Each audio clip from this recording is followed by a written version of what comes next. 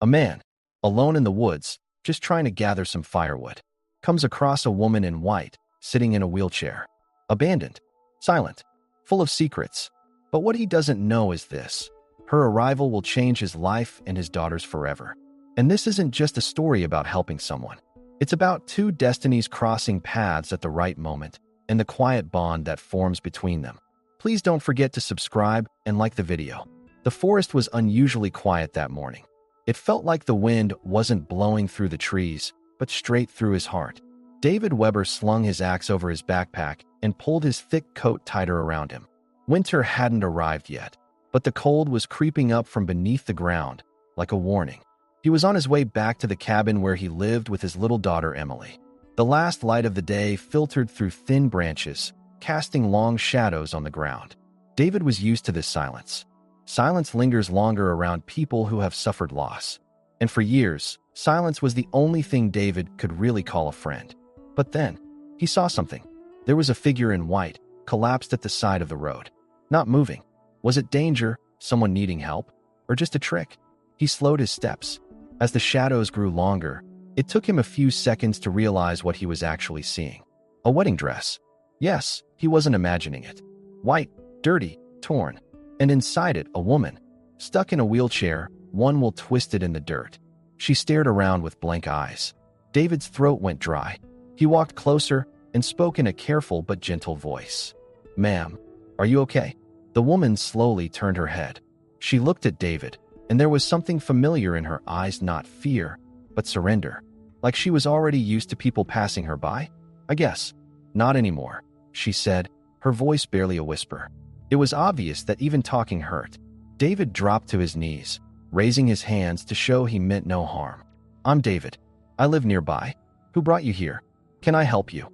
The woman took a deep breath but didn't answer right away. Instead, her eyes filled with tears. She looked exhausted, like she'd walked for days even though her legs didn't move at all. "I'm Mia," she finally said. "And I guess I'm not going anywhere anymore." While trying to understand Mia's situation, David glanced down the road behind her. There were no tire tracks, no bags, no signs of help.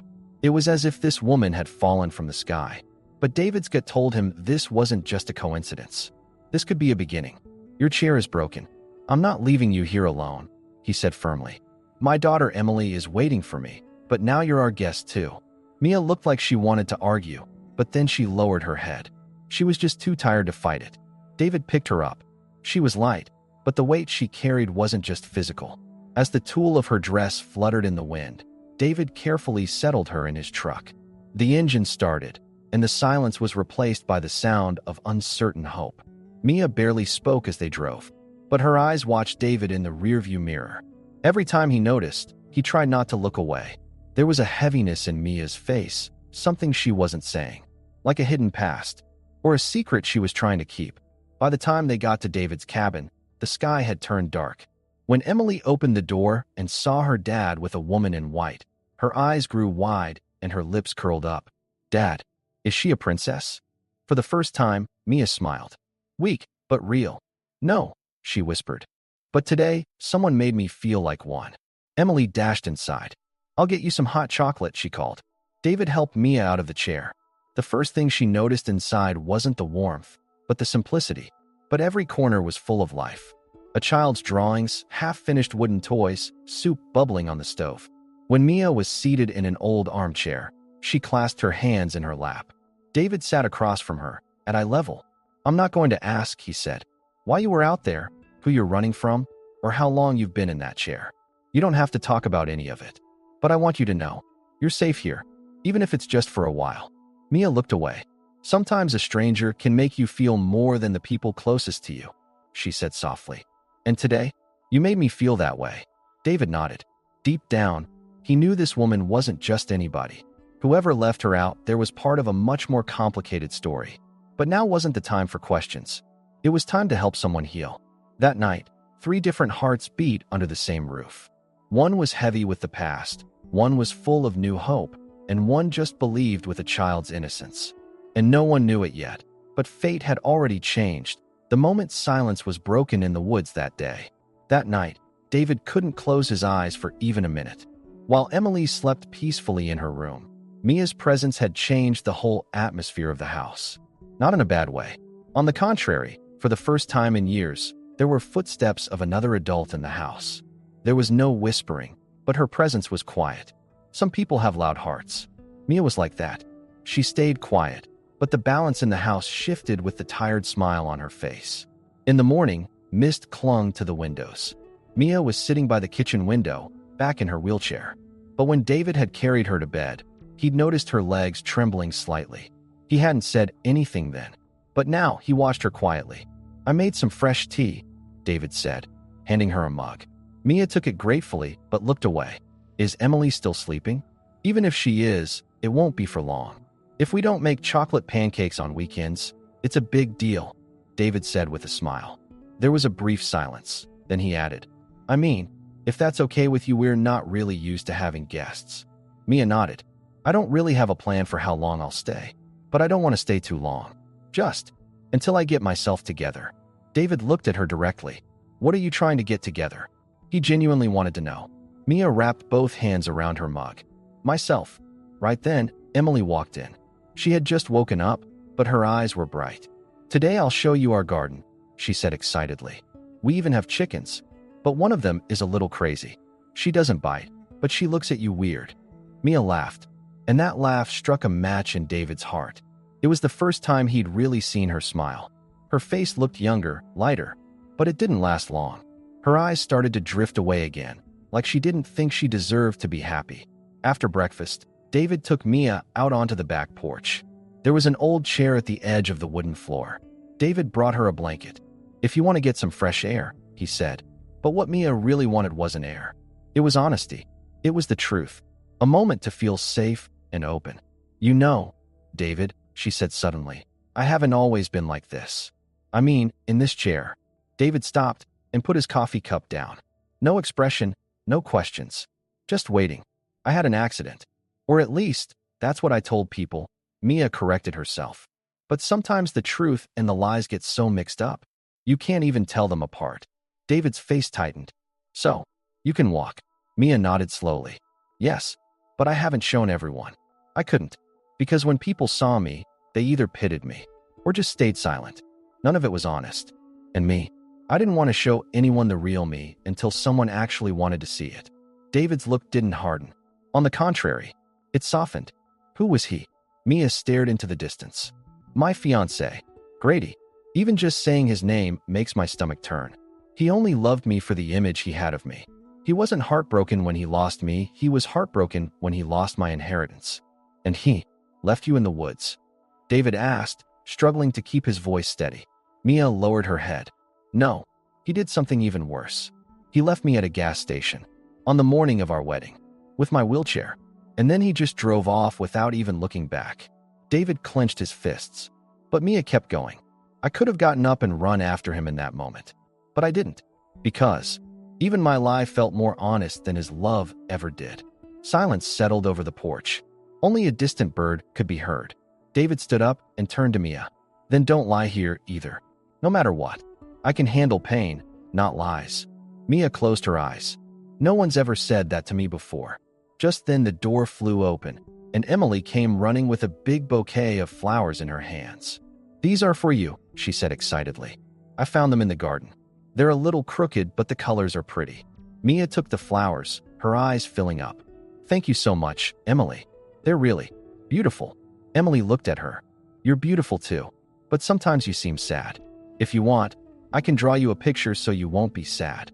Mia laughed, really laughed, for the first time. "I'd love that." In that moment, David realized that no matter how much this woman tried to hide, the storm in her heart was only just beginning. And maybe she could be healed not just by him, but by the pure heart of a little girl. But Mia's past was still following them. And David didn't know yet that very soon, that past was about to come blowing in through their door like a fierce wind. When David stood on the porch and looked at Mia, that old sense of unease rose up inside him again. Every minute he spent with her, it became even clearer that Mia wasn't just anyone. The care in her words, the weight in her silences, even the emotional bond she'd formed with little Emily. None of it could be a coincidence. But instead of questioning a woman fighting her past, David chose to wait patiently. Patience was the most valuable thing he'd learned after losing his wife years ago. That day, the weather was clear. Emily was outside, running around the chickens like a cartoon character, and Mia was sitting on the porch, looking at a picture Emily had drawn. A red heart, 3 stick figures. One was David, one was Emily, one was Mia. Underneath, in big letters, it said, "Our home." Mia's eyes filled with tears. In that moment, a wall inside her that had been locked up for years finally cracked. But she didn't cry. Mia had learned not to cry a long time ago. Instead, she lifted her head and noticed a dust cloud coming from far down the road. There was a car approaching. The strange thing was, nobody ever came here. Especially not a flashy black SUV like this. As soon as David heard the engine, he dropped his axe and moved to the edge of the yard. Mia's face went pale, and David quickly realized from her expression that something was wrong. The car stopped. The door opened. A man with his hands in his jacket pockets and a smug look on his face stepped out. He walked carefully so his shoes wouldn't touch the mud. David recognized the type before he even knew his name. Neat haircut, expensive cologne, that stuck-up expression. "Charlotte," the man said. David's eyebrows knitted together. "Charlotte?" Mia, or Charlotte, didn't roll her eyes or look away. She just stared straight ahead. Her secret wasn't hanging in the air anymore. It was out. Beneath the broken Mia identity was another life. Wealthy, flashy, but clearly full of pain. "What do you want, Grayson?" Mia, now Charlotte, asked. Grayson stepped forward.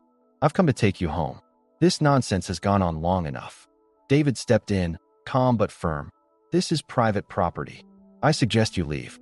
Grayson looked at him, a long, dismissive stare. "You, the guy chopping wood in the woods. I get it. Romantic rescue story. How original." Charlotte's hand gripped the armrest of her chair tightly. "I'm here because I wanted to be here. I ran from you because living with you was scarier than being alone." Grayson curled his lip. "How long are you going to keep up this act? Does sitting in the chair make you more believable? Everyone's talking about you. My father's losing it. The inheritance, the board, the media. Everyone's looking for you." A searching look crossed David's face. Charlotte turned to him, and for the first time they made real eye contact. I was going to tell you everything."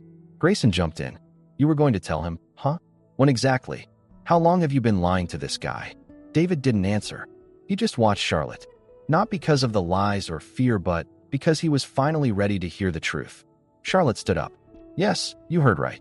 She stood up. She was unsteady, but she was on her feet. Grayson's eyes went wide. "So you're finally done playing games?" Charlotte held her head high. "I wasn't playing games. I was testing. I wanted to see if anyone would value me for me, not for my last name. You failed the simplest test." Grayson took a step back. "You're crazy," he muttered. "Your father was right." Charlotte moved closer.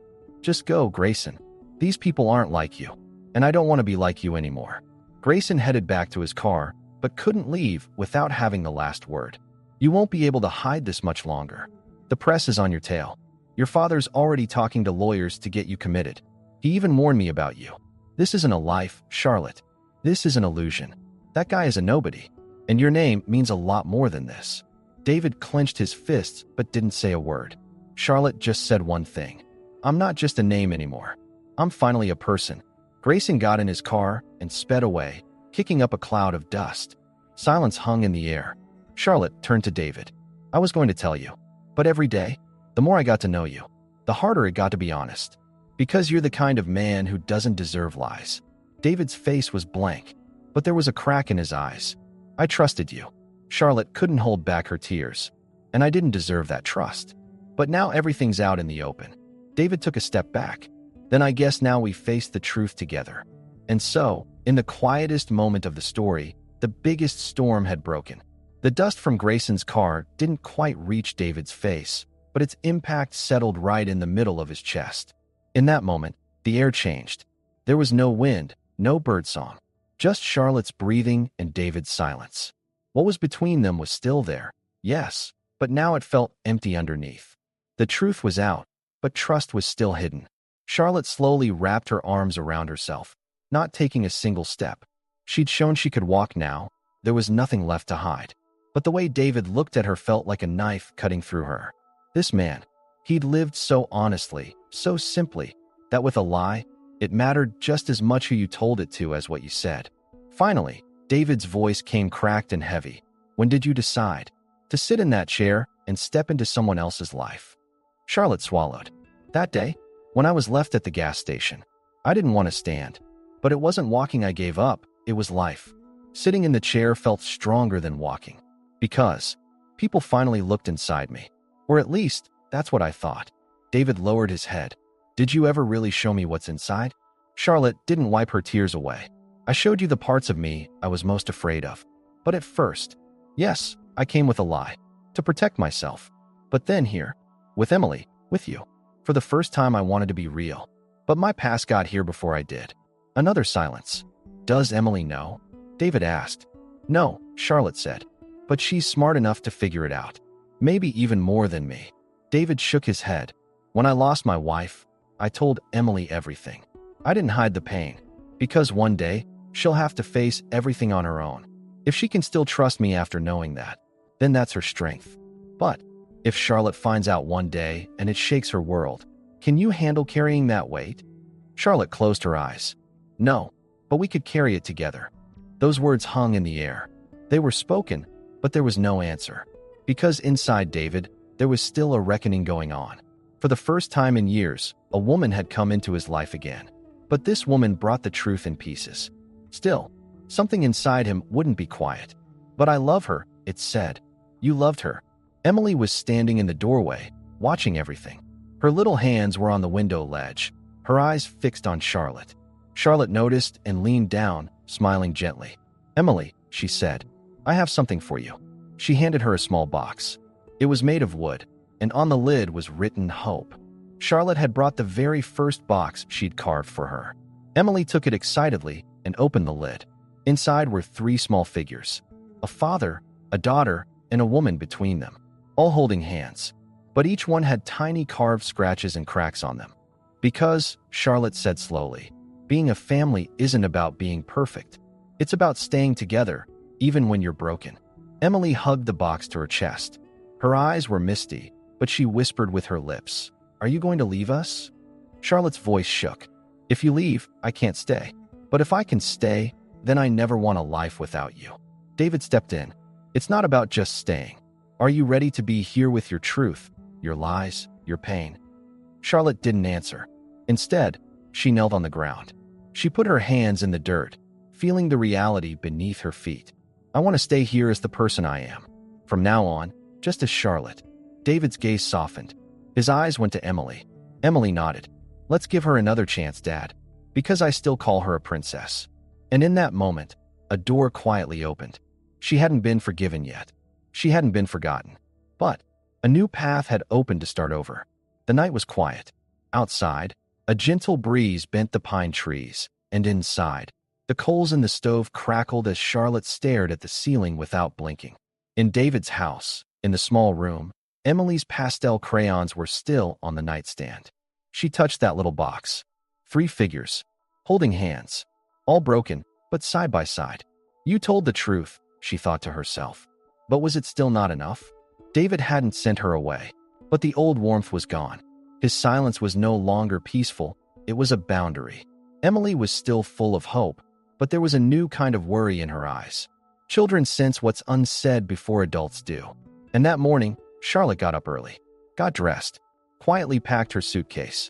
She didn't put much in it, but she did pack a heavy decision. One last time, she went to David's workshop. Nobody was inside. On the table was an unfinished wooden box. She left a small note next to it. This box is as quiet as you, but just as strong. What you fill it with is up to you. I filled mine with you.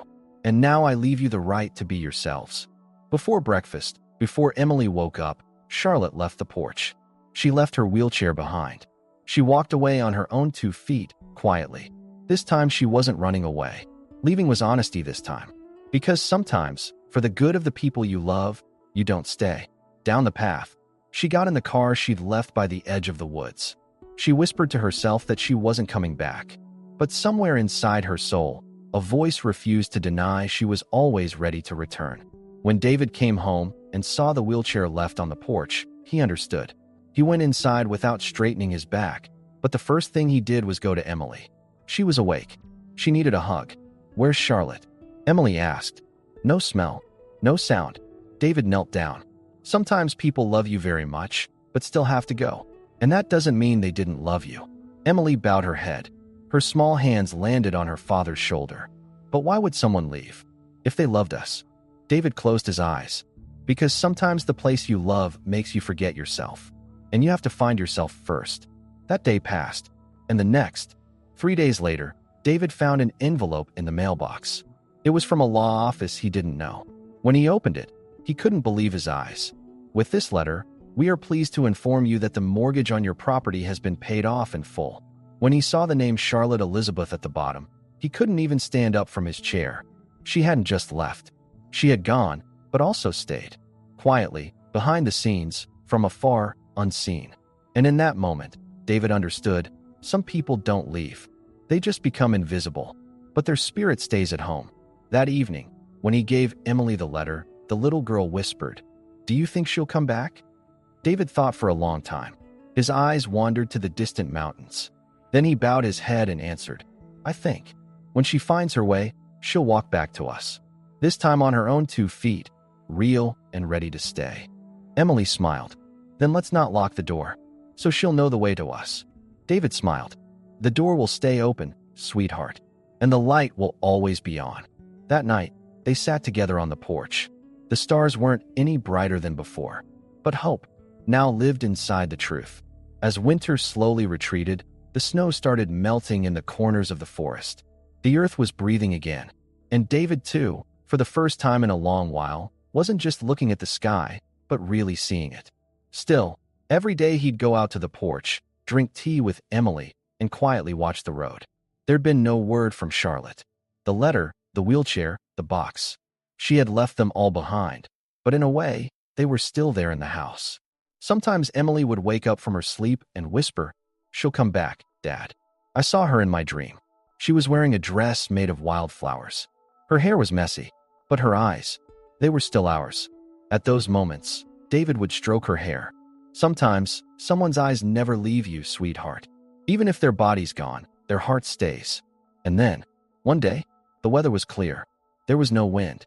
The sky was so innocent, it was as if it had come from another world. Emily was drawing on the porch. David was behind the barn, trying to build a new table. When they heard the engine, both of them froze. But this time, David didn't rush. Emily squinted, adding one last detail to her drawing. A car in the distance. A white SUV. It came closer, slowly. It didn't kick up any dust. It felt like it was approaching this land with respect. When the door opened, Charlotte got out. She had a box in her hand. She was walking. She wasn't carrying anything else. No jewelry, no suitcase, no umbrella. Just herself. Her eyes met David's. And for the first time in years, David decided not to brace himself when someone arrived, but to leave his heart open, just as it was. He walked to the door. Charlotte's steps were slow but sure. This time, Emily didn't run. She just stood up, hugged her drawing to her chest, and walked toward Charlotte. "Welcome," she whispered.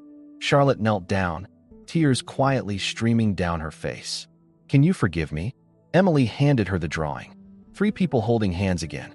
This time, in the background, there was a wooden table, chickens, a starry sky, and in the bottom corner, a single word, home. David walked over to Charlotte. "You've walked all this way. Now it's time to live together, not just talk." Charlotte bowed her head. "I never really belonged anywhere. But now, this muddy porch, this simple table, this child's drawing. For the first time, I feel like I do." David took her hand. "Because sometimes, you're reborn exactly where you broke the most." That night, they ate together. Their laughter was still a bit cautious, but it was real. Charlotte lay down next to Emily. As David cleaned up in the kitchen, Charlotte looked up at the sky and murmured, "Sometimes a man doesn't carry you. He just lets you stay where you are. And that's the greatest kind of love." David stood in the kitchen doorway. He heard it, but he just smiled quietly, because some words don't need an answer. A few weeks later, David gave Charlotte a small package. A handmade necklace. Wooden, with just one word on it. Together. And that day, while she sat with him on the porch, Charlotte asked, "David, do you think I'm too late?" David took a sip from his cup. "No," he said simply. "Sometimes the right beginnings are the ones that come just in time." When spring came, they put a small table under the oak tree in the backyard. Emily studied there. Charlotte read her books in the mornings, and David kept working as a carpenter. The marriage proposal wasn't a big ceremony. Just over tea on the porch, David reached out his hand and said, "If you're looking for a reason to stay, I'm not just a reason anymore. I'm your place." And Charlotte just nodded. Because sometimes, yes is said with tears, not words. Charlotte was walking now. But more than that, she was loved. And this time, there were no lies. Just a place she truly belonged. Home. If this story touched you, don't forget to like the video and subscribe to the channel. We're here every week with a new story that will touch your heart.